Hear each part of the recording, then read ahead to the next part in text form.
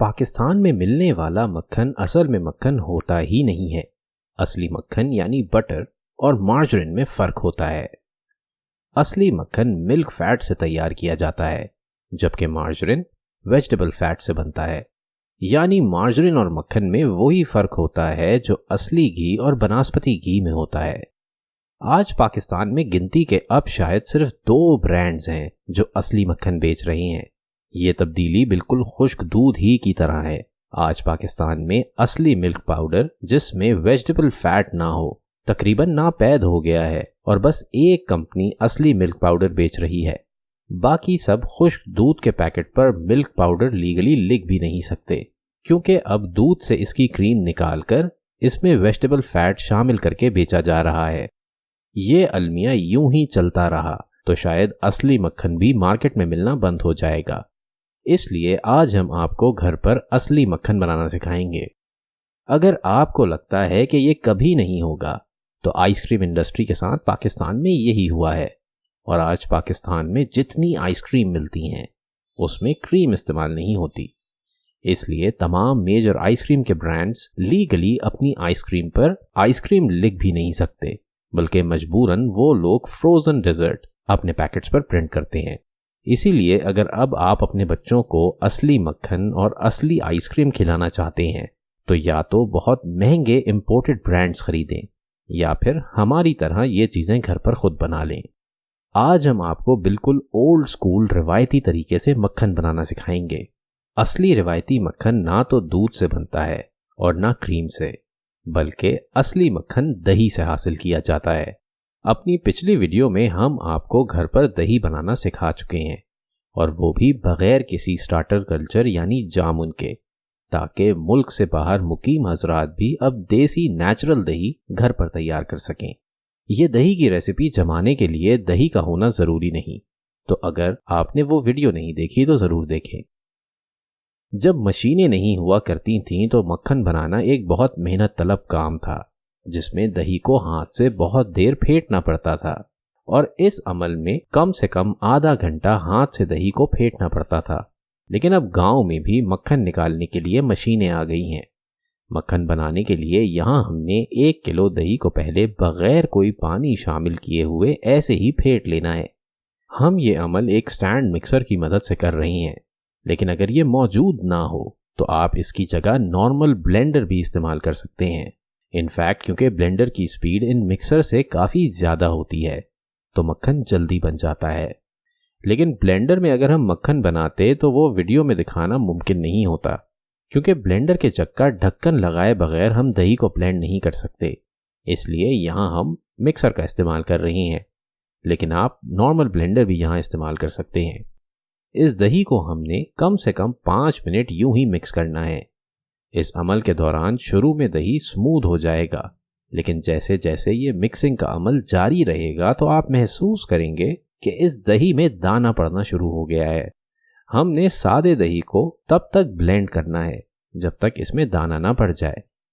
अगर 10 मिनट फेंटने के बाद भी लस्सी स्मूथ रहे और इसमें कोई दाना ना पड़े तो फिर आप इस दही में बिल्कुल ज़रा सा नीम गर्म पानी शामिल कर दें और दही को फेंट लें। लेकिन हमें इसकी ज़रूरत महसूस नहीं हुई। ये अमल आम तौर से सर्दियों में करना पड़ता है, लेकिन क्योंकि आजकल कराची में काफ़ी गर्मी है तो हमें नीम गर्म पानी इस्तेमाल करना नहीं पड़ा। 10 मिनट फेंटने के बाद जब दही में दाना पड़ जाएगा तो आपने इसमें 2 ट्रे आइस क्यूब की शामिल कर देनी है और दही को हाई स्पीड पर फेंटना है। बर्फ़ शामिल करने के बाद दही में मौजूद मक्खन यानी कि मिल्क फैट जमकर सख्त हो जाएगा और दही की सतह पर आ जाएगा। कभी कभी ये अमल काफ़ी तेज़ी से होता है और कभी मक्खन को ऊपर आने में ज़रा वक्त ज़्यादा लगता है। ये सब मौसम और दही की क्वालिटी पर डिपेंड करता है। जितना दही खालिस होगा मक्खन उतनी जल्दी ऊपर आएगा। मुझे अंदाज़न इस बार बर्फ़ शामिल करने के बाद 15 मिनट लगे मक्खन को ऊपर लाने में। मुझे वक्त ज़्यादा इसलिए लगा क्योंकि यही मिक्सिंग का अमल मैं एक स्टैंड मिक्सर में कर रहा हूँ, जिसकी स्पीड इतनी तेज़ नहीं। लेकिन अगर यही अमल एक ब्लेंडर में करें तो मुश्किल से 2 मिनट में यह अमल हो जाता है। गाय के दूध में 4.5% फैट होता है, जबकि भैंस के खालिस दूध में 6.5% फैट होता है, यानी खालिस भैंस के दूध से ज़्यादा मक्खन हासिल किया जा सकता है। अगर गाय का दूध खालिस हो तो 1 लीटर दूध से अंदाजन 50 से 60 ग्राम मक्खन हासिल किया जा सकता है, जबकि 1 लीटर भैंस के दूध से तकरीबन 80 ग्राम मक्खन हासिल किया जा सकता है। गर्मियों में गाय हो या भैंस, दोनों के दूध में चिकनाई कम होती है, तो गर्मियों में दूध से मक्खन कम हासिल होगा। मैंने ये मक्खन सख्त गर्मियों में निकाला है, इसलिए मेरी यील्ड इतनी अच्छी नहीं आई, लेकिन सर्दियों में मक्खन की मिकदार बढ़ जाती है। तकरीबन 15 मिनट और 4 आइस क्यूब की ट्रे इस दही में शामिल करने के बाद जब इस दही को हमने फेंटा तो आखिरकार दही के ऊपर मक्खन जमा होना शुरू हो गया।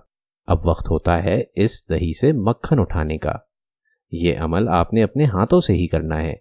हल्के हाथ से दही के ऊपर से मक्खन उठा लें। पीछे बच जाने वाली इस लस्सी को बटर मिल्क कहते हैं। ये असली बटर मिल्क है जो अक्सर वेस्टर्न डिशेस में इस्तेमाल होता है, लेकिन बैरूने मुल्क जो डब्बों में बटर मिल्क मिलता है वो ये बटर मिल्क नहीं होता, बल्कि प्लेन लस्सी होती है।